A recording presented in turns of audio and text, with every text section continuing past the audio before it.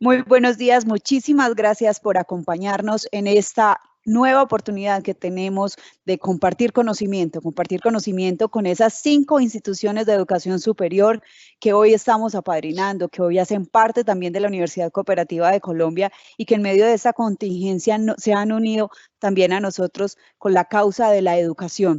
Y hoy es precisamente un día muy especial para la educación, porque hoy aquí en Colombia celebramos el Día del Profesor, de todas esas personas que nos inspiran día a día y que en el caso de la Universidad Cooperativa de Colombia inspiran a 42.000 estudiantes para continuar con sus sueños. Y es que lo hemos dicho, en los hospitales y clínicas, médicos y enfermeras salvan vidas.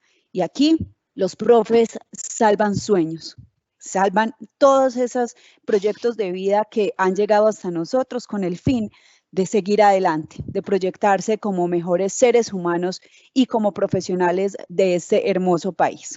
Nos acompañan entonces la institución universitaria Colegio Mayor de Cauca, la institución tecnológica del Putumayo, la Universidad Inca, la Corporación Tecnológica Rafael Núñez y la Universidad del Amazonas. Hoy también nos acompaña una persona muy especial. Él ha sido asesor de la Universidad Cooperativa de Colombia por varios años ya y ha estado con nosotros en todos estos procesos de educación y tecnología. Sabemos que sin duda esta será una gran charla, una gran conferencia para conocer de cerca cómo estamos viviendo todo este proceso de cambios que tan fuerte le ha dado a la educación en Colombia y en el mundo. Vamos entonces a conocer de primera mano cómo se han dado todos estos procesos. Pero antes de saludarlo a él, quiero saludar a nuestra rectora Maritza Rondón Rangel, que será quien presente al doctor Joseph. Adelante, doctora Maritza, muy buenos días. Muy buenos días, Lili, muy buenos días a todos, a los participantes, a Joseph. Gracias, Joseph, por aceptar esta invitación, por compartir todo este conocimiento que usted tiene con estas instituciones y las personas que estamos escuchando. Joseph es doctor en pedagogía, es un asesor, ha sido asesor de varios gobiernos de América Latina y en España. Es una de las personas que se ideó todo el modelo de la Universidad Abierta de Cataluña, la universidad virtual, que ya cumple 25 años, ha tenido una gran experiencia.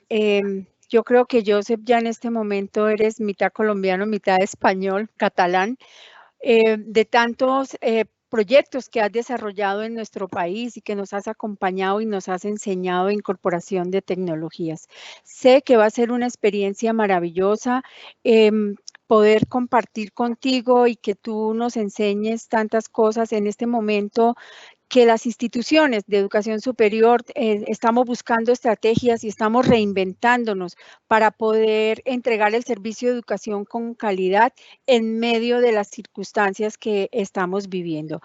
Entonces, sin más preámbulos, nuevamente, bienvenido Joseph, bienvenidos todos, vamos a escucharte.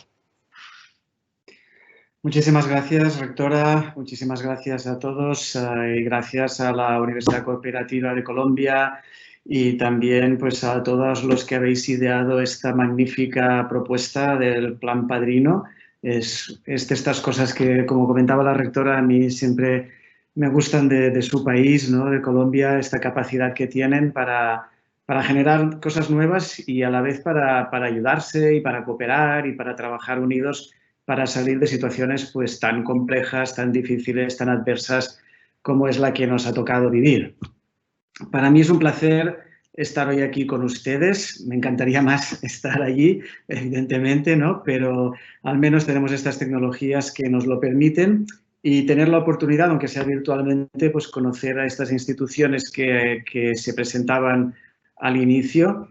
Que la verdad pues no he estado en estas zonas que se comentan, en algunas sí, en la zona del Cauca sí, pero creo que en las otras no.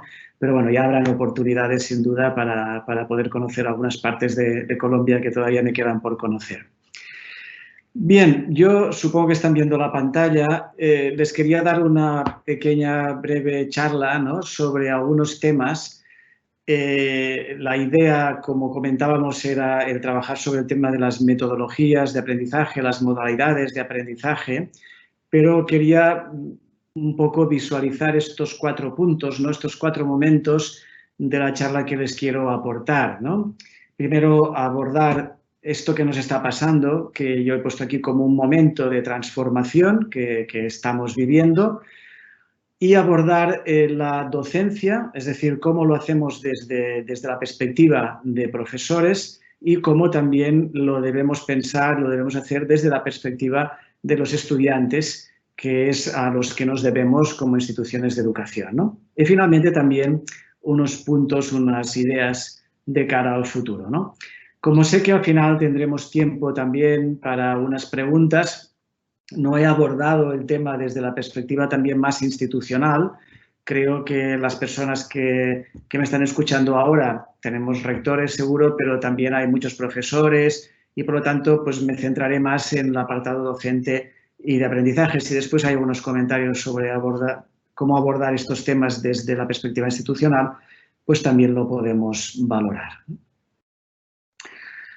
Este momento en el que estamos viviendo, que yo he puesto aquí o le llamo un poco como una disrupción global, pero inesperada. Es decir, es algo que nadie de los que estamos aquí habíamos previsto, que en estos momentos, en el año 2020, pues nos encontraríamos en una situación global, mundial, de todo el planeta, todos, diríamos, confinados, cambiados, haciendo cosas que hasta ahora no nos imaginábamos que íbamos a hacer. Esto, si me permiten, desde una perspectiva de la educación, yo creo que lo que nos ha hecho es situarnos de golpe en el siglo XXI. Mientras que otros ámbitos de la sociedad ya habían avanzado de una manera bastante rápida a la incorporación de la sociedad del conocimiento, reconozcamos que la educación no habíamos avanzado con tanta prisa. Pensábamos, bueno, sí, esto lo tenemos que hacer, lo iremos cogiendo, lo iremos valorando, estaremos viendo a ver cómo lo podemos implementar. Hablábamos, pero a la hora de la verdad no lo implementamos. Y ha tenido que venir un virus para situarnos de golpe en la realidad de tener que empezar a usar todas estas tecnologías y, por lo tanto, si me permiten, pues situarnos de golpe, aunque sea 20 años, con 20 años de retraso, en el siglo XXI. Claro que estábamos haciendo cosas, ¿no? Y las cosas que estamos haciendo un poco las planteo aquí. La educación estaba cambiando a partir de unos factores potenciadores, que el más claro es la tecnología, y lo hemos visto porque hemos visto cómo ha ido aumentando el uso de la tecnología en la educación superior y en la educación en general. Hemos visto la aparición de nuevas modalidades de formación, que hablaremos luego con más detalle. Hemos visto una democratización increíble del acceso a la información, con el doctor Google y compañía, pero también con la creación por parte de muchas instituciones y profesores de materiales educativos, de recursos educativos que se sitúan en abierto, etcétera, y también un crecimiento muy importante del aprendizaje autónomo por cada uno de nosotros y por parte de los estudiantes, ¿no? Hay otro factor potenciador muy importante, que es la capacidad que cada vez más vamos adquiriendo, no los educadores, pero sí las personas en el mundo básicamente de la salud o de la investigación de la neurociencia, ¿no? O de la neurología, que es del conocimiento del cerebro, ¿no? Yo siempre digo que la pedagogía avanza habitualmente, y históricamente lo sabemos ya, gracias a la biología.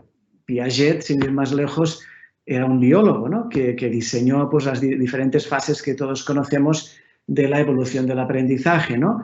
Ahora nos encontramos también en un momento, ya llevamos tiempo trabajando ahí, en investigaciones serias, cómo funciona nuestro cerebro y cómo aprende nuestro cerebro con todos los inputs que está recibiendo, masivos, ingentes, cantidades de información, cómo los procesa y, por lo tanto, cómo aprende. Y, sobre todo, cómo desaprende. Porque es obvio que toda la información que estamos captando no tenemos por qué guardárnosla, sino que lo importante es cómo la podemos usar o cómo podemos continuar aprendiendo. Ahí hay un campo de investigación increíble que se está trabajando y que sin duda como educadores nos va a ayudar a mejorar, ¿no? Y eso está ahí y estaba antes del COVID, ¿no? Y también estaba antes del virus, todos los trabajos hechos de inteligencia artificial que hemos oído hablar, del deep learning, de la realidad aumentada, la realidad virtual, etcétera, ¿no? E incluso se han generado aquí temores de a ver si estas máquinas nos van a cambiar o nos van a suplantar a los humanos, ¿no? Y esta idea de que si los robots van a ser superiores a nosotros. En definitiva, el tema de la investigación del cerebro va muy unida a lo que es el desarrollo de la inteligencia artificial, porque la inteligencia artificial, si me permiten simplificar, no sería más que intentar crear cerebros artificiales, ¿no? El gran reto está en poder trabajar en educación, y yo creo que esa es otra de las cosas que también este virus nos va a poner al día rápidamente, trabajar con máquinas. Es decir, cómo podemos utilizar el gran potencial que se nos está empezando a aparecer de la inteligencia artificial para la educación. Pero, insisto, es trabajar con máquinas, no que las máquinas estén delante y nosotros detrás, sino es aprovechar el potencial de las bases de datos, del Learning Analytics, bueno, de toda la información que tenemos y la capacidad, evidentemente, para hacerla entendedora y para sacar predicciones de futuro y para que todo esto sirva, evidentemente, para que los estudiantes continúen aprendiendo. Todo esto ya, en cierta manera, lo estábamos haciendo, pero de golpe y porrazo nos afecta un virus que con datos de hace ya un mes, un poco más incluso, pues vemos estos volúmenes impresionantes que nadie se podía imaginar de afectación, insisto, mundial. Claro, aquí nos ha tocado a todos adaptarnos. Que nadie diga que esto se lo esperaba o que nadie diga que esto es algo con lo cual va a ser capaz de trabajar así y que no va a pasar nada, digamos que no va a tener un efecto en la docencia que hemos estado o que vamos a realizar o que estamos realizando durante estos meses, porque no es cierto, porque nadie había empezado el semestre planteando que esto iba a pasar. Por lo tanto, nos encontramos en una situación de excepcionalidad, en un momento inesperado, en el cual, lógicamente, se han generado confusiones y confusiones muy importantes. La rectora de la cooperativa sabe perfectamente que una de las primeras cosas que yo empecé a decir es: por favor, no le llamemos a esto que vamos a hacer ahora educación virtual.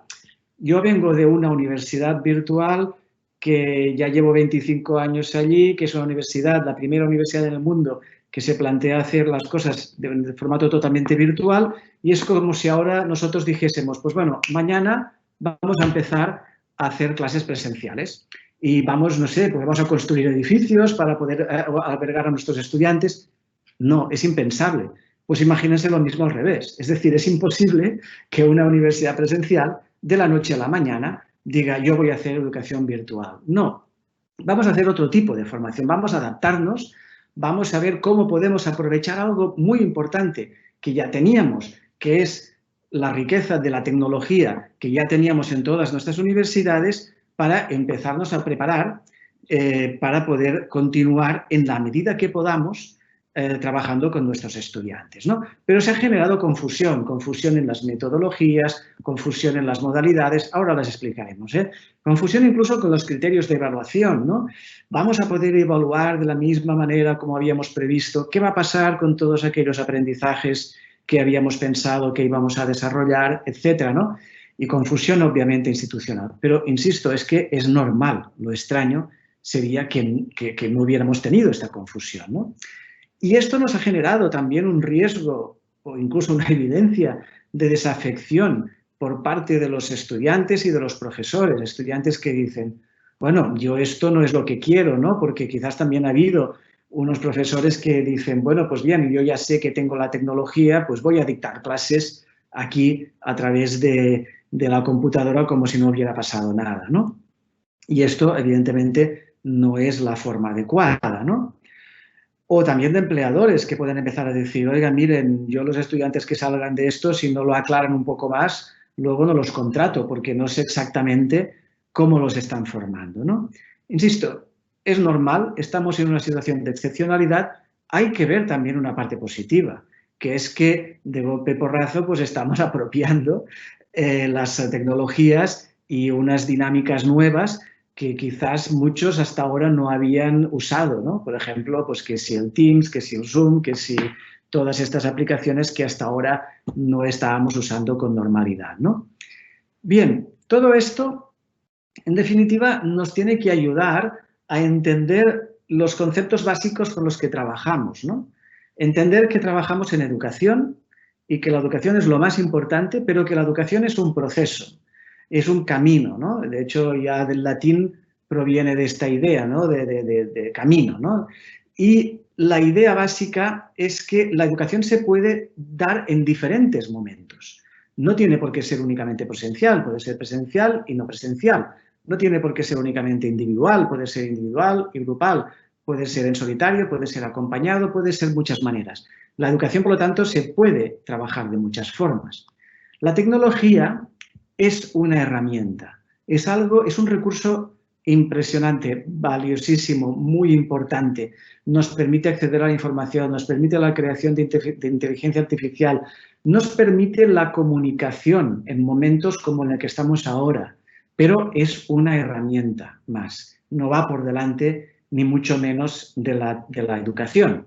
Y las modalidades sería la forma de trabajar entre educación y tecnología, es decir, cómo yo sitúo una forma de trabajar la educación. Por ejemplo, como decía Tony Bates, es un continuo que va del 100% de la presencialidad al 100% de la virtualidad. Y ahí en medio tenemos una serie de modalidades que podemos hablar pues, de la presencial, de la mixta, de la híbrida, de la no presencial, etcétera, y de otras de la combinada, como le queramos llamar, pero eso son modalidades formativas, ¿no?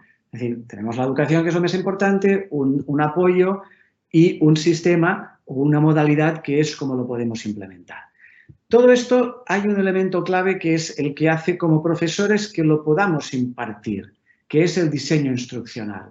En definitiva, lo más importante, y creo que es lo que más hemos aprendido también ahora, es, y de hecho ya lo sabíamos también de antes, insisto, es que las clases hay que planificarlas, las clases hay que prepararlas. Y eso que le llamamos planificar y preparar, pues pedagógicamente lo llamamos como diseño instruccional. Es decir, yo tengo que diseñar no lo que yo quiero enseñar, sino lo que el estudiante tiene que aprender. Y ese es el gran tema.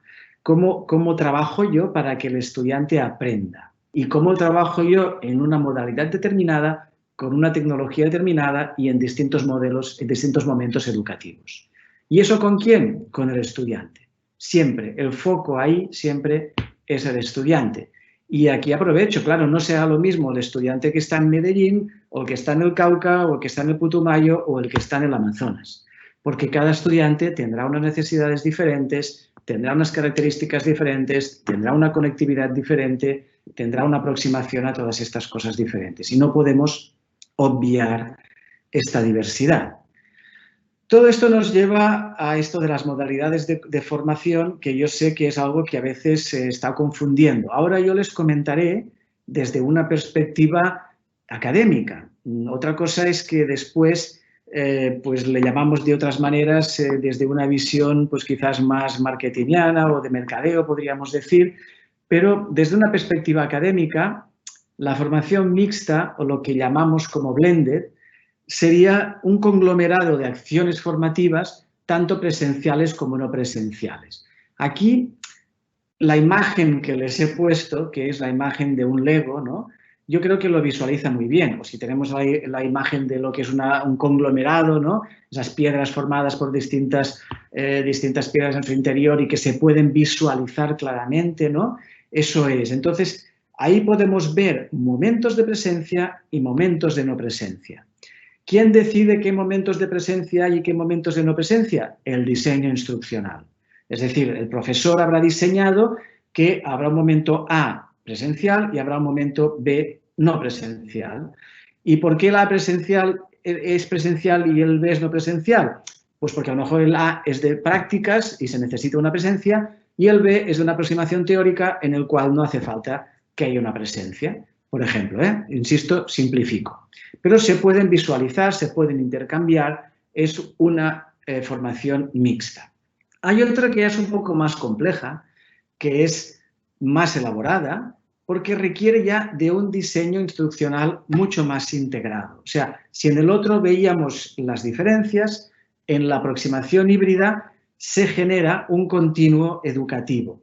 Y eso quiere, insisto, un diseño instruccional muy integrado y muy preparado. Es decir, yo profesor, cuando preparo la clase, los momentos de presencia y no presencia se van interactuando, se van cambiando en un continuo formativo, ¿no? Es decir, yo puedo empezar a explicar algo presencialmente, pero lo puedo continuar explicando y trabajando en grupos y asumiendo por parte de los estudiantes no presencialmente, lo puedo volver a retomar presencialmente y lo puedo terminar no presencialmente.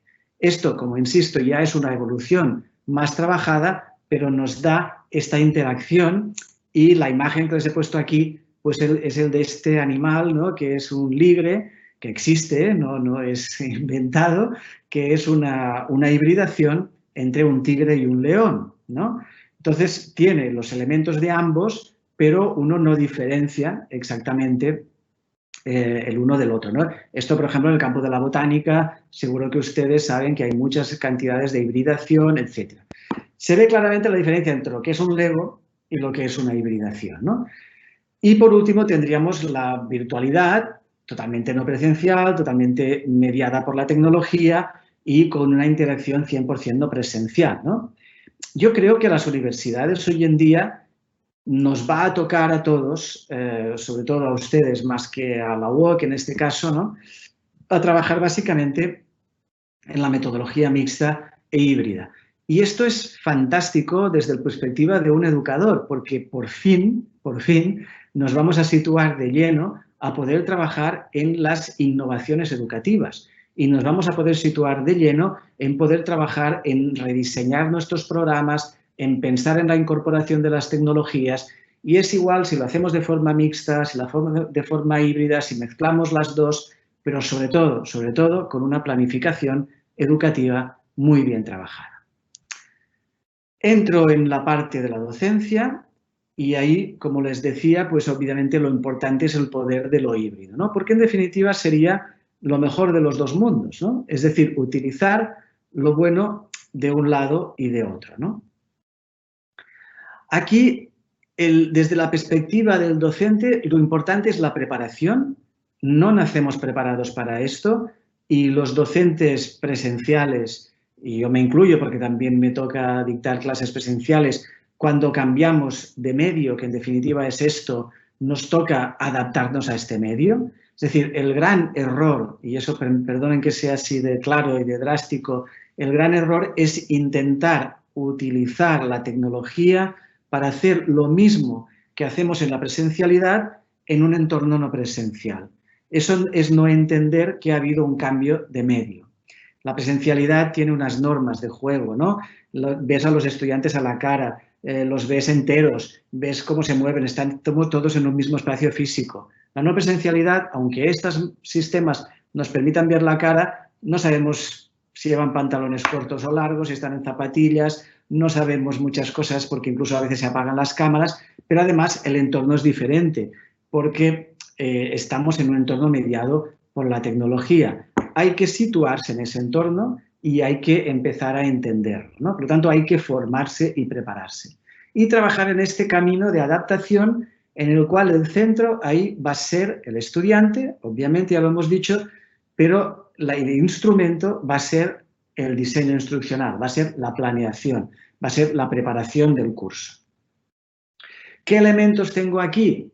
Evidentemente, entender que la docencia puede ser de muchas maneras, nos puede llevar a preparar un aprendizaje autónomo o bien acompañado, individual o grupal, general o personalizado, que la presencia es eso que comentábamos antes, ese mix que podemos hacer pues, entre semipresencial, no presencial, síncrono, asíncrono, y que la vamos a tener que elegir en función del objetivo de aprendizaje, no en función de lo que a mí me vaya bien, sino en lógica pensando en el estudiante, como yo les decía antes, una práctica, lógicamente, tiene mucho más sentido que sea presencial, una exposición teórica, pues no tiene ningún sentido que sea presencial, por lo tanto, tampoco tiene sentido que sea a través de este medio, sino que a lo mejor pues, que se lean una lectura, que trabajen a través de un vídeo o en una combinación entre vídeo y lecturas, es decir, que sea en aprendizaje autónomo,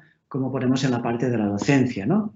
En cuanto a los contenidos, aquí el papel del profesor es clave, porque el profesor es el selector, el seleccionador de los contenidos. ¿De qué contenidos? De los que yo pueda diseñar como profesor, pero sobre todo de la gran cantidad de contenidos que están en la red, ¿no? Y eso aquí el profesor es el papel importante que juega, ¿no? O sea, en todo esto no desaparece el profesor diseña la docencia, diseña la modalidad de presencia, selecciona los contenidos que son más adecuados para su diseño instruccional, diseña la evaluación, eso es clave, diseñar la evaluación, y aquí una de las cosas más interesantes que están pasando ahora, cuando la mayoría de profesores presenciales están entrando en la virtualidad, es darse cuenta de que la evaluación tiene muchas otras posibilidades, ¿no?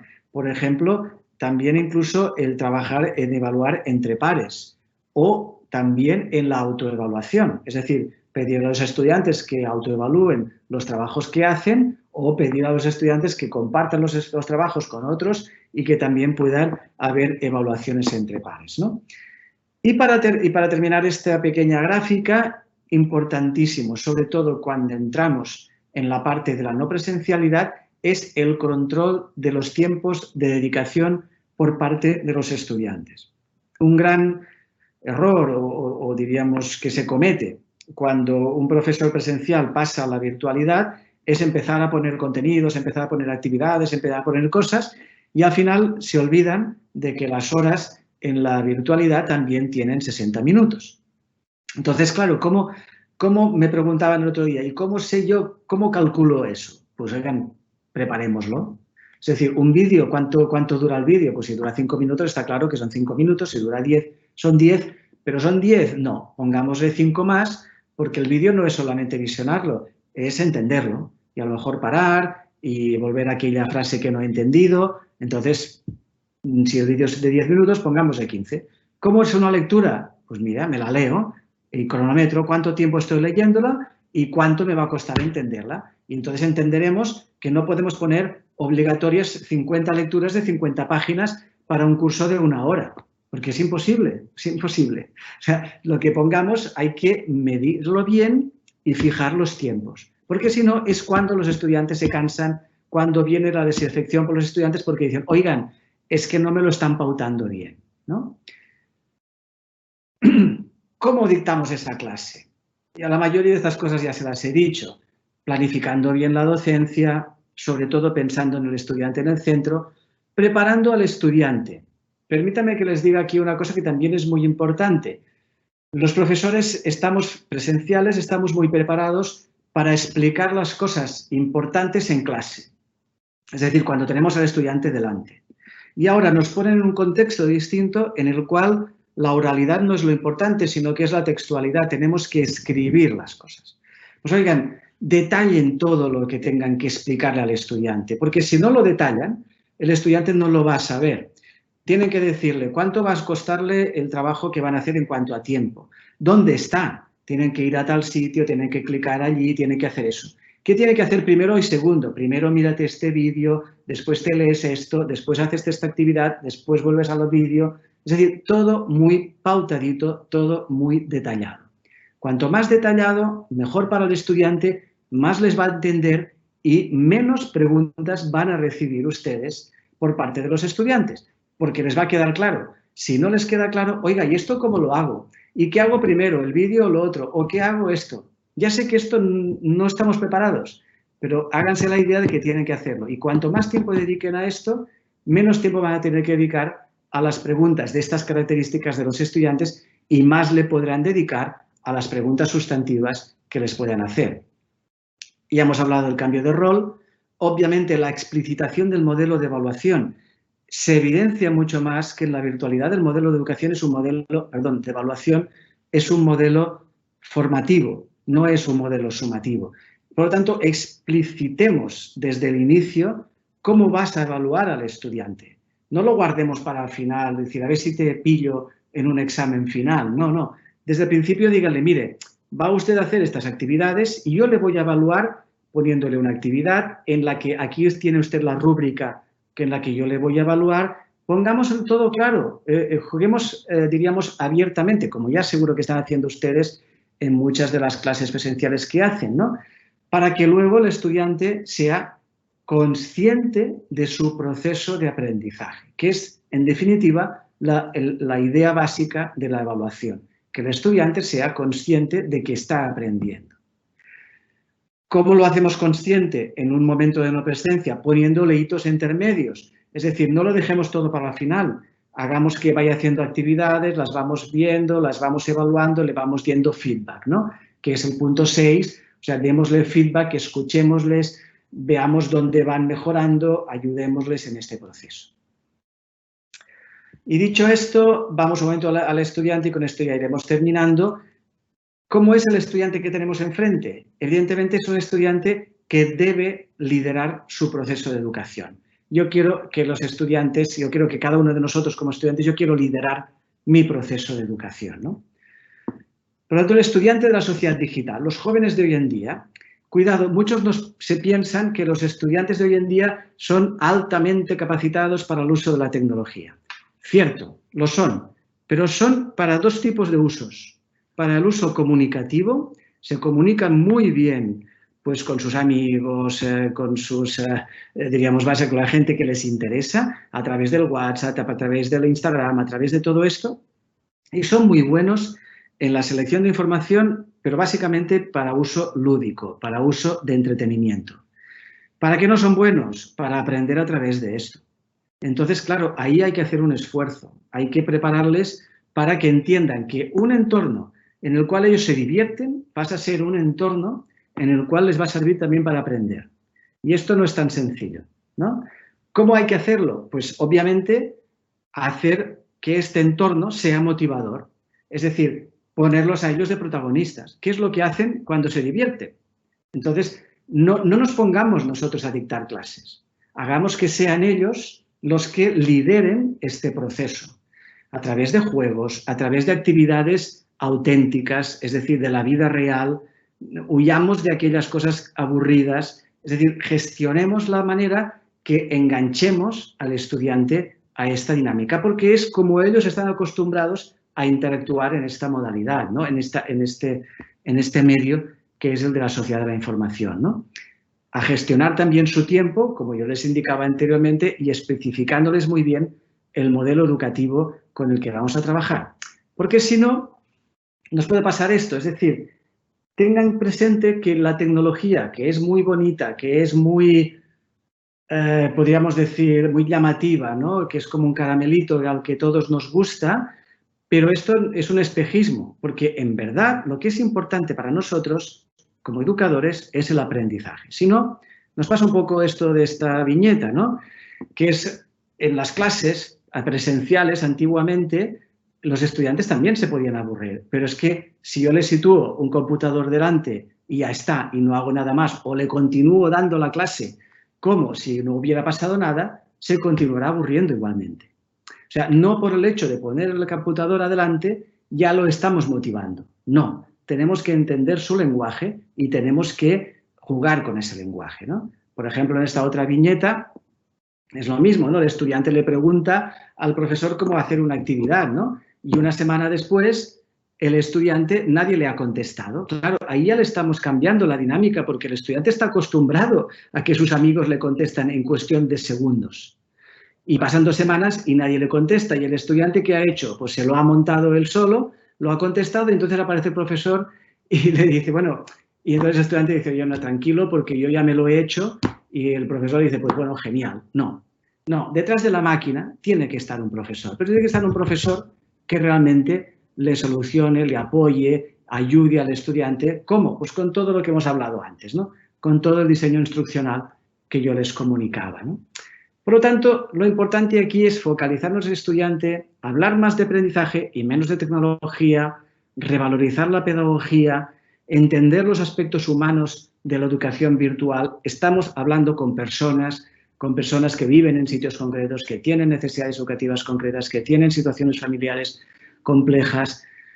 No hiperindividualicemos, porque la tecnología a veces, y sobre todo en entornos no presenciales, nos lleva a aislarnos, ¿no? Y yo creo que hay que poner ahí también en valor el trabajo en equipo. Esto, por ejemplo, en mi universidad es una cosa que tenemos muy clara. De todas las actividades que ponemos en los cursos, como mínimo una tiene que ser en grupo, porque es muy importante que en entornos de aislamiento, pues los estudiantes también descubran que estas herramientas les permiten la cooperación y sobre todo tener una visión crítica a la tecnología.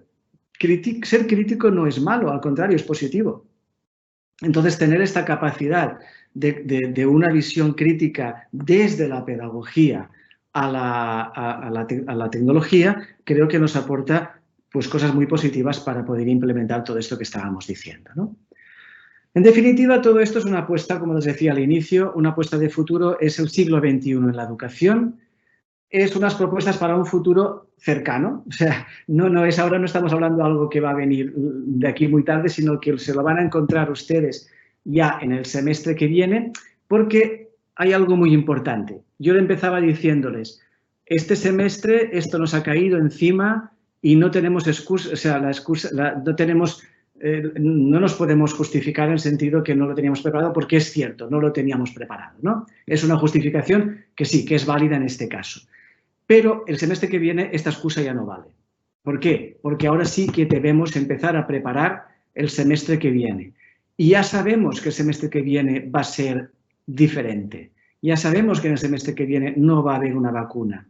Ya sabemos que probablemente el semestre que viene los estudiantes van a tener que estar separados por 2 metros, no todos los estudiantes van a poder acceder, pues ahora ya no tenemos excusa. Ahora hay que prepararlo complementando la presencialidad con la virtualidad. ¿Y cómo? Pues yo creo que les he dado muchas pautas para hacerlas, ¿no? Es decir, hay que fomentar la hibridación o la parte mixta, este continuo educativo, ¿no? Y hay que crear materiales, hay que diseñar, hay que preparar, hay que usar y hay que reusar lo que tenemos. Por tanto, ahora debemos dedicarnos a terminar lo mejor que podamos este semestre, que empezamos de una manera y vamos a terminar de otra, pero no tenemos excusa para trabajar en un semestre que nos viene y que debemos hacerle frente, ¿no? Y déjenme que les deje 3 elementos para la reflexión final, ¿no? Y que creo que ya se los he aportado, ¿no? El uso de la tecnología por sí mismo no aporta necesariamente transformaciones sustanciales en los procesos de aprendizaje. Es aquella viñeta que veíamos, ¿no? El poner una computadora, si no hacemos algo más, de por sí no cambia nada. O sea, por mucho de que ahora nos lancemos a la tecnología, si no diseñamos correctamente el proceso de aprendizaje, no se va a producir cambio, no se va a producir mejora. Lo importante es las estrategias adecuadas de uso docente de la tecnología pueden ser determinadas en la mejora de los procesos de enseñanza y aprendizaje. Es decir, las estrategias adecuadas. ¿Qué es una estrategia adecuada? Una buena planeación, un buen diseño instruccional, usar las tecnologías adecuadas en cada momento adecuado, etc. Lo importante aquí es la coherencia entre la estrategia institucional y docente en el uso de la tecnología facilita la consecución de los mejores logros académicos. Aquí sí que debemos remar todos juntos. Esto es un proceso en el que no es una cosa de un profesor solo en su aula. La universidad entera debe estar ahí, debe poder apoyar ahí. Por lo tanto, cuanto más coherentes seamos, cuanto más trabajemos en común, mejores logros académicos vamos a obtener.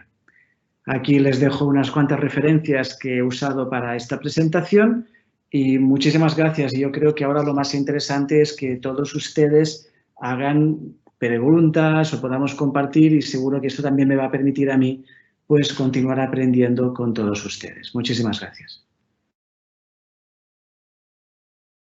Joseph, muchísimas gracias por tu intervención. Sin duda son elementos importantes que podemos empezar a aplicar y a usar en el próximo semestre. Como tú bien lo has dicho, ya el próximo semestre no es educación remota y en este momento lo que tenemos que es empezar a trabajar y a planear.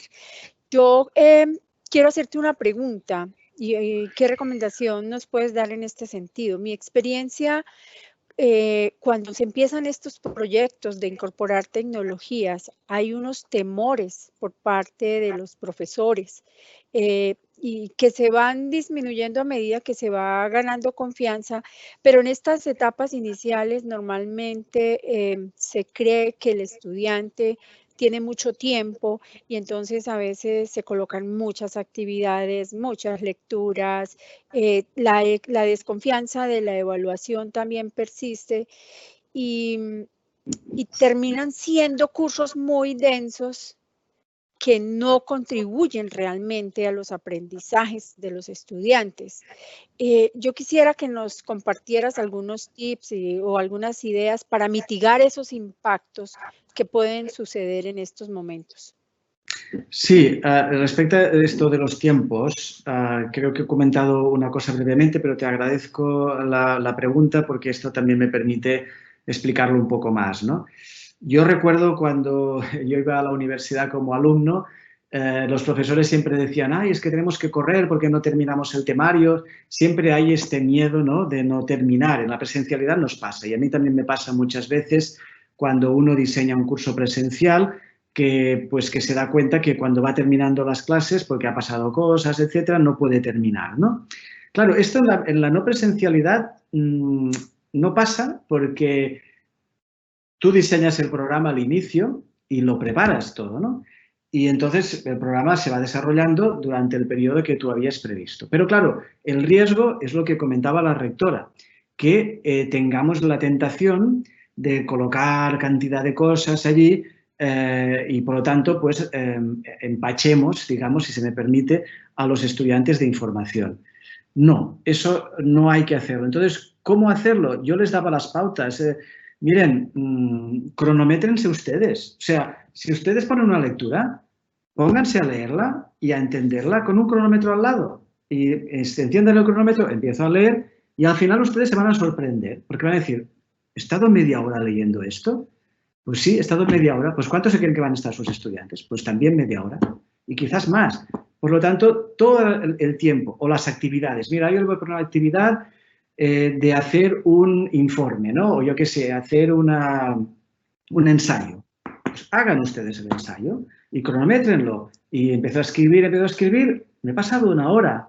Pues oigan, y así vayan sumando horas y verán cómo los créditos se van llenando. Y al final se darán ustedes cuenta de que hay cosas que no pueden situar. Ah, pero es que eso que no puedo situar es lo más importante del mundo. Pues oiga, selecciona aquello que es menos importante y quite para poder situar lo importante, pero alguna cosa habrá que quitar, porque todo no lo vamos a poder poner. Y ¿verdad que lo hacemos en la presencialidad? ¿Verdad que cuando hay cosas que no llegamos porque ya está llegando el final del semestre y no llegamos, pues las quitamos? Pues aquí lo tenemos que hacer, pero al principio. Exacto, exacto. Bueno, muchas gracias. Yo les quiero decir que hoy es el Día del Maestro en Colombia. Vamos a tener ahorita la instalación del evento. Me voy a retirar 5 minutos para saludar a mis profesores y ya regreso a esta excelente charla. Bueno, doctor Joseph, pero de todas maneras le cuento, la Institución Tecnológica del Putumayo tiene una pregunta bastante pertinente para la época. Ellos dicen, ¿cómo hacer para captar la atención del estudiante desde la pedagogía cuando el estudiante presenta problemas de ansiedad, estrés, debido a la pandemia, debido a la falta de conectividad y a la falta de herramientas tecnológicas? Este es un problema tan recurrente en Colombia. A ver, en una situación normal, luego hablo. En una situación como la actual, que ustedes aquí plantean, hay una situación de estrés, ¿de acuerdo? Si hay personas que han tenido el virus o que tienen familiares en casa que lo han tenido o tienen miedo de tenerlo, ¿no? Vale, esto es una realidad. Ustedes en Colombia, por suerte, gracias a Dios, no tienen ni mucho menos el problema que hemos tenido aquí en mi país, ¿eh? Pero esta es una realidad, ¿de acuerdo? Otra realidad muy importante es el estudiante no tiene los medios tecnológicos. Eso es cierto también. Estas dos realidades hay que conocerlas primero, hay que conocerlas y segundo hay que trabajar sabiéndolas, conociéndolas. Entonces yo les diría, por ejemplo, cosas que se están haciendo aquí en España que, como les digo, el impacto del virus ha sido muchísimo mayor por ahora de lo que es, y esperemos que continúe así, en Colombia. ¿Qué se ha hecho? Pues incluso habilitar espacios de apoyo psicológico a los estudiantes, incluso a través de tecnologías, para que pudieran hacer frente a esto. Lo que es impensable es que un estudiante que tiene una situación de ansiedad psicológica esté para aprender. O sea, no va a poder aprender, obviamente, porque antes tiene que solucionarse su situación de ansiedad. ¿Qué pasa con los temas de que no hay conectividad? Pues miren, si no tienen conectividad de ningún tipo, pues no queda otra que hacer clases a distancia tradicionales, es decir, alguien va a tener que ir físicamente, ¿no? Pero yo creo que hoy en día hay un tipo de conectividad que me atrevería a decir que el 90% de colombianos tiene, que es este aparatito que ustedes llaman celular y que aquí llamamos teléfono, ¿no? Y que la inmensa mayoría son teléfonos o celulares inteligentes y que la inmensa mayoría tiene algún tipo de plan de datos más o menos asequible que les permite, pues, intercambiar información a través de WhatsApp, como mínimo. Pues usemos eso. Si eso es lo que tienen, usemos eso. ¿De acuerdo? O sea, no pretendamos usar Teams o usar cosas de estas que consumen muchos datos o que consumen mucho trabajo cuando sabemos que nuestros estudiantes no tienen eso.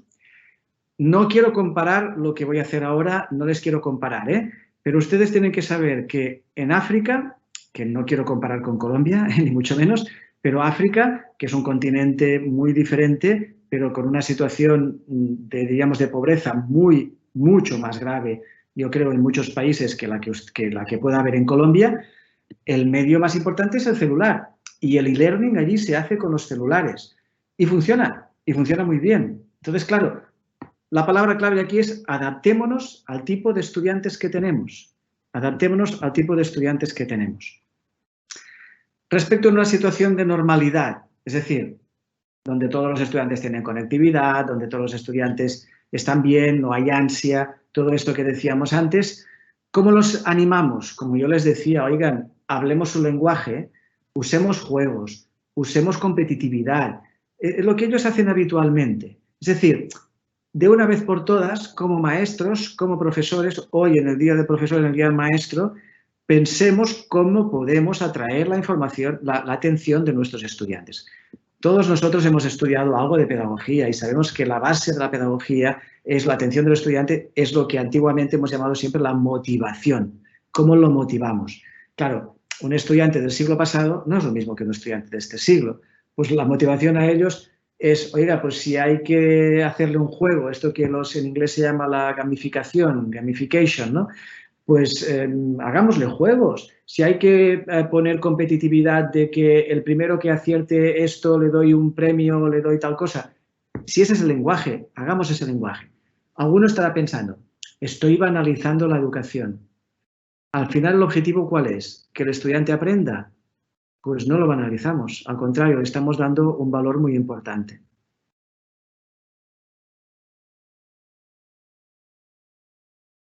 Bueno, doctor Joseph, le cuento también de la Institución Tecnológica del Putumayo, nos hacen esta otra pregunta que seguramente ya usted respondió en esta intervención anterior, pero que de pronto podríamos dar un poco más de claridad. ¿Qué podemos hacer con aquellos estudiantes que viven en veredas alejadas, donde la conectividad es escasa y las herramientas tecnológicas no están disponibles y los grupos al margen de la ley están impidiendo su desplazamiento a las poblaciones principales para conectarse periódicamente?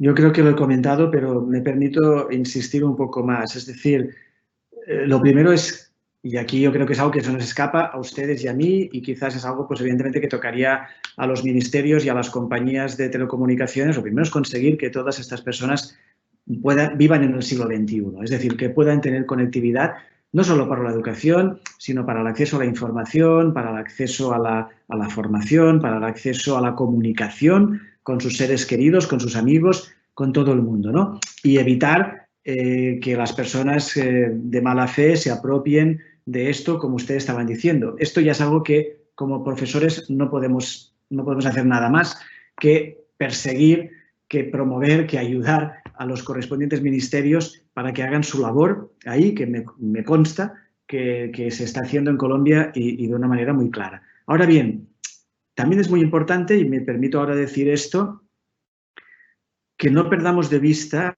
que todo este tema de las tecnologías pueda generar, y de hecho genera, brechas. Y al final, los que peor o los que más perjudicados salen aquí siempre son los más desfavorecidos. Entonces, esto es lo que no podemos permitir. Por lo tanto, si no podemos llegar con tecnología, habrá que llegar presencialmente. Y si de momento el COVID no nos deja porque estamos confinados en casa, pues habrá que recuperar tiempo después cuando podamos ir.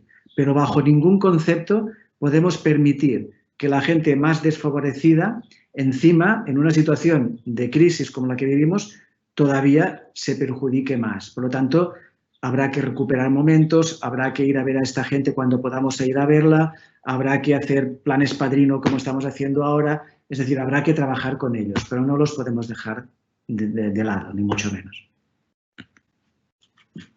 Bueno, doctor Joseph, esta pregunta hace ya alusión a un tema que a nosotros personalmente nos ha tocado muchísimo con los estudiantes y que ha sido una de las quejas más recurrentes, y es ¿cómo podemos manejar aquellas asignaturas eminentemente prácticas como ingenierías, medicina y relacionadas? Pues con prácticas. O sea, aquí no hay situaciones milagrosas, es decir, ahora no podemos salir de casa, ¿no? Porque estamos confinados, por lo tanto, no podemos hacer prácticas. Mire, una universidad que tiene, yo qué sé, me invento, medicina, es obvio que sus estudiantes no pueden hacer prácticas en un hospital porque justamente es donde hay más casos de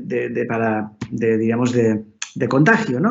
O yo qué sé, pues igual, o una persona que trabaja en mercadeo o con tiendas, pues no puede ir a las tiendas porque están cerradas. Por lo tanto, esto ahora no lo podemos hacer. Habrá que prepararse para que aquellas prácticas que ahora no se han podido hacer en este semestre se puedan hacer en el semestre que viene. Como les decía al principio, esto es algo que no estaba previsto. Habrá que ver, una situación de contingencia, un plan de contingencia para decir, esas prácticas habrá que recuperarlas. Bajo ningún concepto creo, y además no creo que sea bueno, pensar en hacer estas prácticas en formato virtual. ¿Alguna cosa se podría hacer en formato virtual? Quizás sí. Alguna, estoy pensando ahora, pues a lo mejor trabajar en temas en algunas cosas por ejemplo, para secretarias administrativas o incluso en despachos de abogados, pues uno puede llegar a simular en espacios de estas características pues cómo funciona. Entra un documento, el documento se mira, este documento se hacen cambios. Es decir, lo mismo que estamos haciendo teletrabajando ahora en un entorno mediado por tecnología. Pero tampoco no lo vamos a poder desarrollar ahora de golpe y porrazo. ¿Pero eso es lo mejor? No, sinceramente no es lo mejor. Yo creo que lo mejor es trabajar en la bimodalidad y tener las prácticas presenciales como prácticas presenciales y aquello que no sea necesario hacer presencialmente, hacerlo virtualmente. Por lo tanto, no es bueno pensar en que las prácticas las vamos a volver virtuales. No, al contrario. Mire, doctor Joseph, hay una pregunta que es más mía, que surge de las conversaciones que hemos tenido desde la Universidad Cooperativa de Colombia con los estudiantes y que de hecho en mi casa también tengo estudiantes que se la hacen todo el tiempo, y es que parece ser que esto también ha mostrado, ha evidenciado una falta de confianza de los profes hacia los estudiantes, y de ahí la pregunta que hacía la doctora Maritza, y es que estamos llenando de trabajos y de trabajos y de trabajos, como con la desconfianza de estás en tu casa, tienes mucho tiempo, por favor haz muchas cosas. Esta pregunta más bien es una recomendación para los profes que les podemos dar hoy de regalo en su Día del Profesor, como esas recomendaciones para confiar más en los estudiantes y para hacer procesos un poco más efectivos y, digamos, menos fuertes con el estudiante. Yo pienso que sí. Gracias por la pregunta porque también me permitirá comentar otras cosas. La relación entre profesor y estudiante se debe basar en la confianza. Si no, es difícil construir algo en una relación en la que no haya confianza, ¿no? Y esto es algo que debemos tener presente. Claro, a esto se le añade una cosa que es cierta, que es que muchos profesores tienen o están instalados en una sospecha hacia todo lo que sea no presencial o incluso, me atrevo a decir años atrás, pero quizás todavía, hacia todo lo que tenga que ver con Internet, ¿no? Todavía a veces oyes gente que dice, bueno, esto lo han sacado de la Wikipedia, por lo tanto es malo. O esto lo ha encontrado por Internet, por lo tanto es malo. Perdonen, la Wikipedia es una enciclopedia que se está actualizando constantemente más que las enciclopedias clásicas. Hay que situarla donde hay que situarla. En Internet hay miles de cosas buenas y hay miles de cosas malas. Lo que hay que aprender o lo que hay que enseñar y trabajar con los estudiantes es al uso adecuado de estas tecnologías o al uso adecuado de la búsqueda de información, por tanto, trabajar en la competencia de búsqueda de información. Esos recelos, esas sospechas hacia el estudiante no son buenas, es decir, debemos superarlas. Y la mejor manera es haciendo un pacto de confianza. Mire, yo, ejemplo personal, perdonen que lo ponga, esta mañana mismo, una profesora con la que trabajo de mi universidad me ha enviado un mensaje diciéndome: acabo de detectar que una estudiante se ha copiado un trabajo de otro estudiante de otra aula. ¿Cómo lo hemos detectado? Y esto es muy fácil. En todas las universidades, estoy convencido que la cooperativa lo tiene y es probable que en otras lo tengan, existen sistemas que se llaman de antiplagio o sistemas en los cuales tú pones el trabajo en una plataforma y te dice cuánto ha copiado de internet, de otras partes y tal, ¿no? Esto nosotros en mi universidad se lo decimos al estudiante desde el primer día. Le decimos: oye, yo tengo confianza en ti y aquí tienes un programa, un software que yo voy a utilizar para comprobar si tú usas plagio o no. Tú también lo puedes usar. O sea, tú puedes poner tu trabajo ahí y comprobar si estás usando o no plagio, ¿no? Si estás usando o no cosas de otras personas. Esta mañana este estudiante tenía un 40% en un trabajo que había entregado de elementos plagiados con otro estudiante también de mi misma universidad. Le hemos dicho: oye, estás incumpliendo el pacto de confianza que habíamos hecho, con lo cual esta actividad te la vamos a reprobar. Así de claro, pero eso es basado en la confianza, insisto. Al principio le habíamos dicho: oye, estas son las reglas de juego, que no las cumples, pues aquí tienes el resultado, ¿no? Pero en general les debo decir que la mayoría de los estudiantes las cumplen. Y yo creo que eso es lo bueno. ¿Y cómo podemos? Otra manera es, ¿cómo podemos saber si las están cumpliendo? Si ustedes quieren hacer alguna actividad sumativa, por ejemplo, pueden hacer lo siguiente. Si ustedes han puesto una actividad que el estudiante, un ensayo, una actividad de elaboración de de un documento o de un PowerPoint o de un vídeo que hayan tenido que hacer los estudiantes sobre una temática que ustedes es muy importante, ¿no? de la asignatura. Y pueden pensar: bueno, esto que me ha entregado el estudiante, como lo ha hecho en casa, yo no lo sé si lo ha hecho él o no lo ha hecho él. Pues muy fácil, hagan una prueba síncrona, como esto que estamos haciendo ahora, o por teléfono, en cuestión de 5 o 10 minutos, háganle una o dos preguntas que solamente puede responder él si efectivamente es él el que ha hecho el trabajo. Ya verán rápidamente ahí si el estudiante es o no es, ¿no? Fíjense que ahí lo que vamos a descubrir no es si el trabajo está bien o mal. Lo que vamos a intentar descubrir es la identidad de quien ha hecho el trabajo, que es muy diferente a la evaluación. Con lo cual, la nota no va a depender de eso, sino la nota ya la tiene usted puesta. Ya me he mirado el trabajo es excelente y tal. Al final, yo comprobaré la identidad. Si la identidad es la tuya, te pondré la nota que tenía previsto. Si no, no te la pongo porque no es tu trabajo. ¿Me entienden? Entonces, es esto un poco. Sí, sí, queda claro, doctor Joseph. Y mire, esta pregunta también nos la hace la Institución Tecnológica del Putumayo y tiene que ver más con los profes, cómo están haciendo resistencia a todo este tema de educación remota, porque usted lo ha aclarado, no es virtualidad, virtualidad requiere otros procesos, pero ¿cómo convencer a los profes de que la contingencia, la situación del momento nos tiene abocados a este tema de educación remota? A muchos les ha costado y siguen haciéndole resistencia. Me cuesta entender que todavía haya gente que le haga resistencia con lo que estamos viviendo. O sea, yo no sé en Colombia, porque no he podido estar allí en estos días, obviamente, pero claro, aquí todo el mundo está, ahora ya no tanto, porque la gente está empezando a salir, pero la inmensa mayoría de la actividad económica del país está funcionando a través de teletrabajo. Es obvio que esto no tiene por qué ser así cuando esto termine, pero lo que también es obvio que cuando esto termine no vamos a volver a lo de antes, así como si no hubiera pasado nada. Sin duda que no.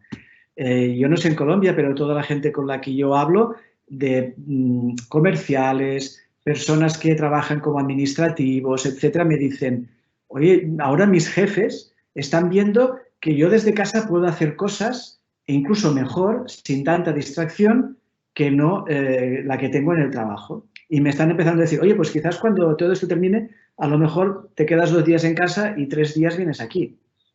Todo esto va a cambiar y seguro que va a cambiar. Entonces, me cuesta entender que todavía hay profesores que esto no lo vean. No les va a quedar más remedio que adaptarse. Yo creo que no les va a quedar más remedio, porque si no, siempre va a haber un reducto diríamos, de irreductibles, pero al final la evidencia se va a imponer. Y como yo les decía, en educación hemos entrado en el siglo XXI de golpe. Entonces, o lo aceptamos o nos vamos a quedar ahí atrás. Y yo creo que las instituciones están haciendo pasos agigantados para situarse, para aceptarlo, para trabajar y para ver lo bueno de esta situación, que yo creo que tiene mucha cosa buena. Innovación, potencial de mejora. O sea, hay cantidad de cosas buenas que yo creo que debemos saber explicarle a estos que no lo ven tan claro todavía. Bueno, digamos que esta época es de cambios profundos para los seres humanos y la educación no se queda atrás. Sabemos que vienen cambios muy fuertes y como usted lo decía al inicio de esta charla, muchos países ya estaban adelantados un poco respecto a esto que estamos viviendo ahora. A otros nos tocó abruptamente meternos en la fila, pero ¿usted cree que cuál va a ser el futuro entonces de la educación dada esta contingencia? De ahora en adelante muchas cosas cambiarán en la vida de las personas y de ahora en adelante muchas cosas cambiarán en la vida de la educación. La vida de la educación, si me permiten, en el futuro, y ahora me voy a ir, diríamos, muy lejos, porque no tengo la bola de cristal, pero sin duda vamos a estar en un tipo de formación continuada, sin duda, a lo largo de la vida. Lo que estamos aprendiendo ahora, lo que ustedes están enseñando a sus estudiantes ahora, tiene una fecha de caducidad, en el mejor de los casos, de 10 años, en el mejor de los casos. Por lo tanto, la educación se va a basar en el futuro, y si puede ser ahora mejor, en las competencias básicas de aprender de forma continuada, y eso quiere decir desaprender de forma continuada, y la capacidad de adaptación constante.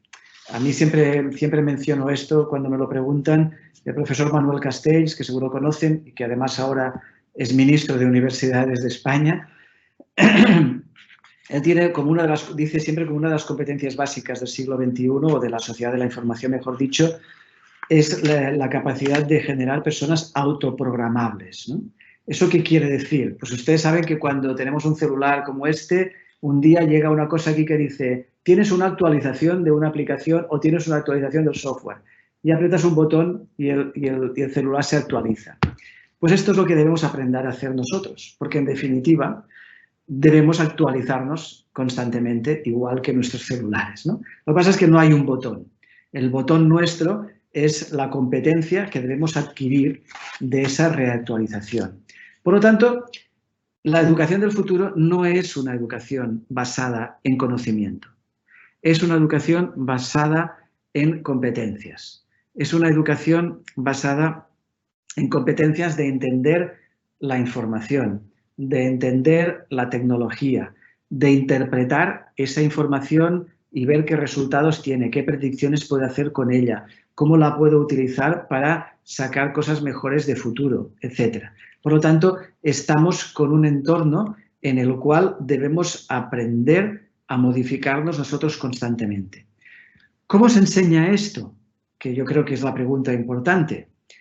Pues no es fácil, no es sencillo, y yo creo que todavía debemos aprender más. Yo les decía al principio, debemos aprender más cómo aprende nuestro cerebro, debemos aprender más cómo trabajar con máquinas. Miren, yo supongo que ustedes todo el día han hecho, o en algún momento habrán hecho un PowerPoint, una presentación. Ustedes han visto que cuando uno hace una presentación hay una opción que es, dame opciones de diseño de esa presentación. Y si metes un botón ahí te aparecen diseños diferentes y lo puedo hacer así, en lugar de la letra de este tipo y tal. Eso es inteligencia artificial. ¿Qué hace esa maquinita que todos tenemos en nuestro computador? Mira el contenido que hay y si estás hablando de computadoras, te salen dibujos de computadoras. Si estás hablando de teléfonos, te salen dibujos de teléfonos. Esto que ya lo tenemos en nuestras vidas, tenemos que aprender a trabajar con esto. ¿Para qué me tengo que romper yo la cabeza de ir a buscar figuras y tal si la misma máquina me lo está aportando? ¿Me entienden? Es decir, hay que empezar a entender que nuestro aprendizaje va a ser con máquinas al lado, con apoyo, que no serán robots, no serán robots, sino que serán aplicaciones de este tipo que yo les comento. O, por ejemplo, la cantidad de información que tenemos y recibimos de nuestros estudiantes, lo que se llama Learning Analytics, ¿no? Ustedes saben cuánto tarda un estudiante en contestar algo, cómo es su evolución, cuántas veces se conecta, si es que estamos trabajando por aquí, etcétera. Recopilemos esta información, trabajemos con esta información, hagamos predicciones de esta información. No sé, hay mucho campo aquí por recorrer. Doctor Joseph, bien conoce usted nuestro modelo educativo con enfoque de competencias. Nosotros abarcamos el ser, el saber y el hacer. Y precisamente durante estos meses se ha hablado mucho del saber y de cómo vamos a hacer con el proceso del hacer, dadas las prácticas. Pero hay un tema que muchas veces se nos escapa en medio de esta contingencia, el ser. Tantos estudiantes que están en este momento, en medio de esta contingencia, con tantas preguntas y que seguramente a ellos también les cambió la vida de manera drástica.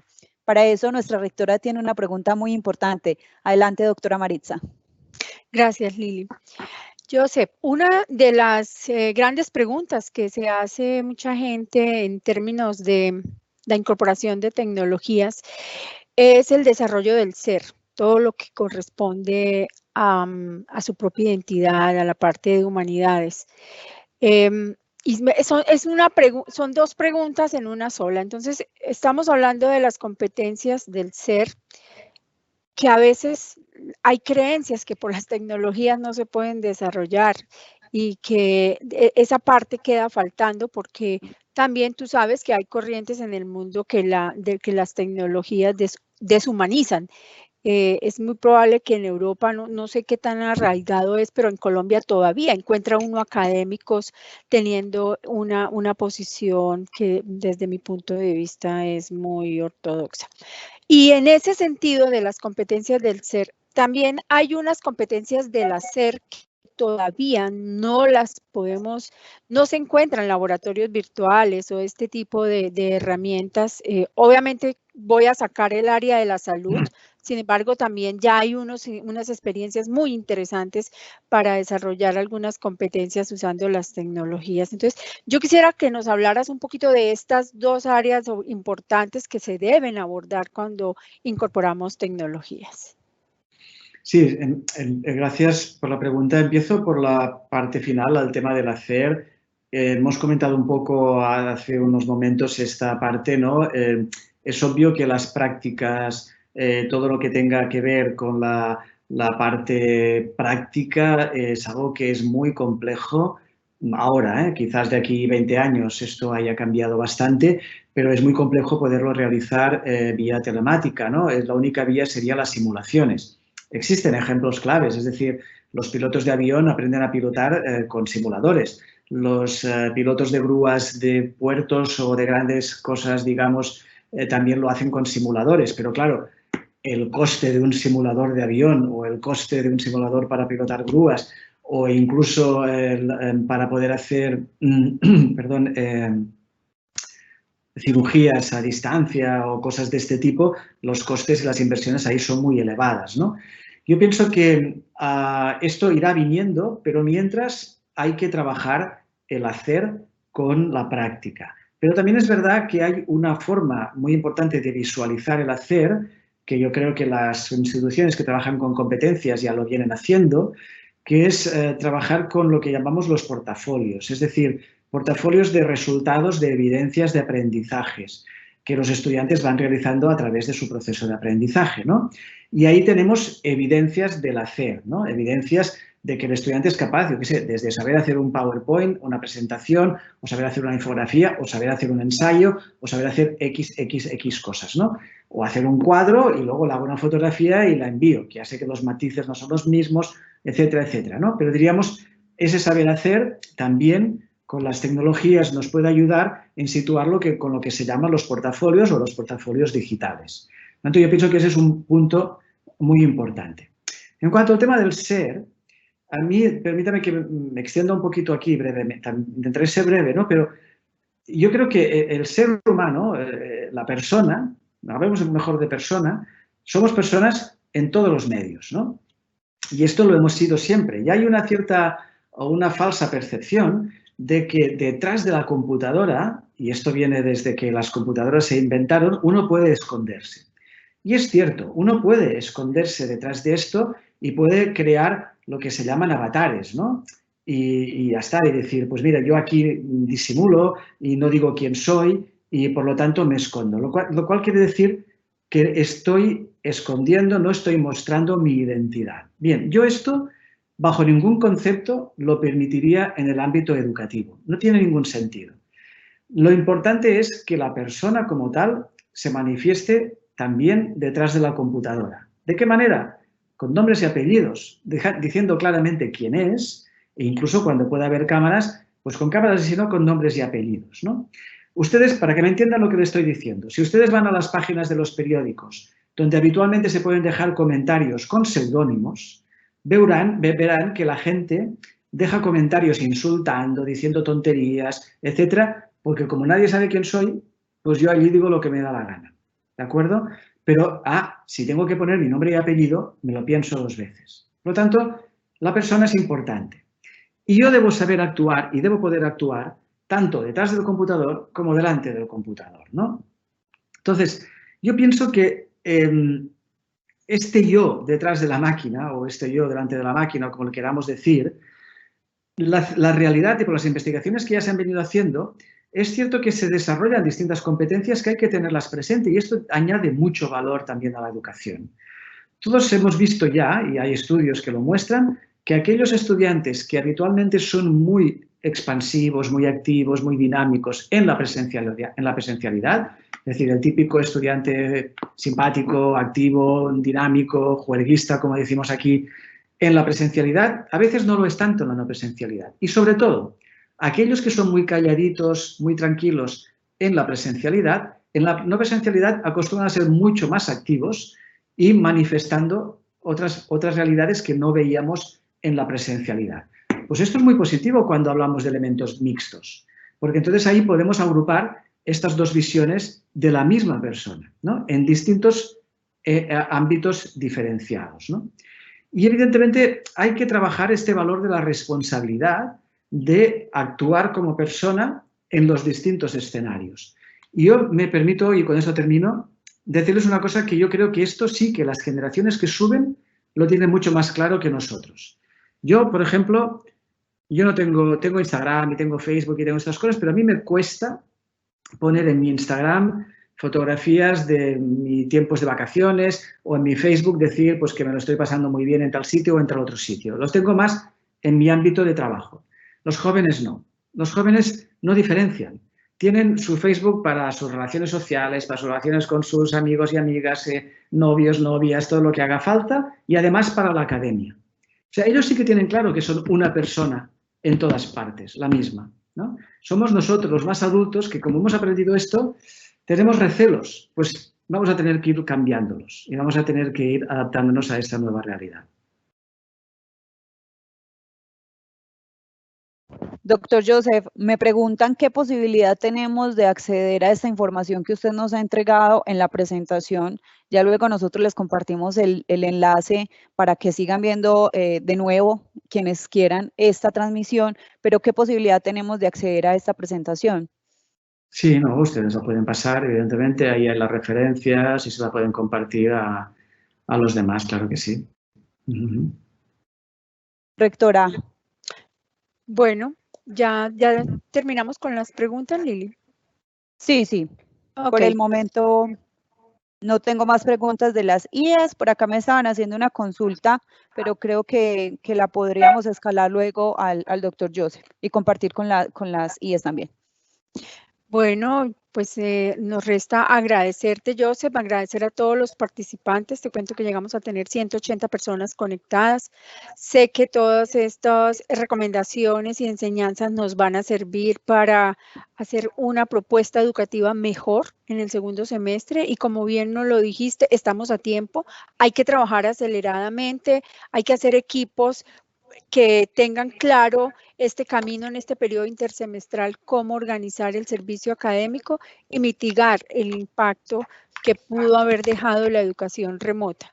Es uno de los elementos que me inquieta mucho en mi país. En Colombia, la educación virtual llegó hace 25 años, de hecho 20 años con la UOC, con las primeras maestrías virtuales, y realmente el impacto en la matrícula solo lo hemos visto en los últimos 3 años, que ha crecido el 300%. Esto es un fenómeno que para mí es un fenómeno que hay que investigar, que hay que mirar, y personalmente tengo mucho temor y me inquieta mucho qué efecto negativo va a tener la educación virtual en la aceptación de estas nuevas modalidades. Pero si las instituciones nos comprometemos a hacer bien el segundo semestre, a entender que una cosa fue la estrategia de la pandemia o de esta situación especial, y otra cosa es hacer bien la educación incorporando tecnologías.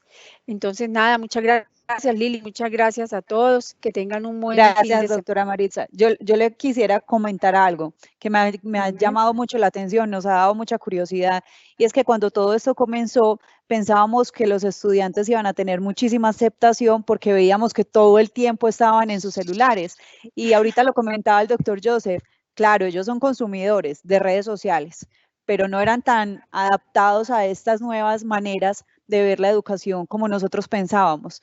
Y fíjese, estábamos súper seguros que nos iba a ir, que íbamos a salir derechito con el tema, y no fue así. Entonces, todos los días aprendemos cosas nuevas, todos los días nos reinventamos.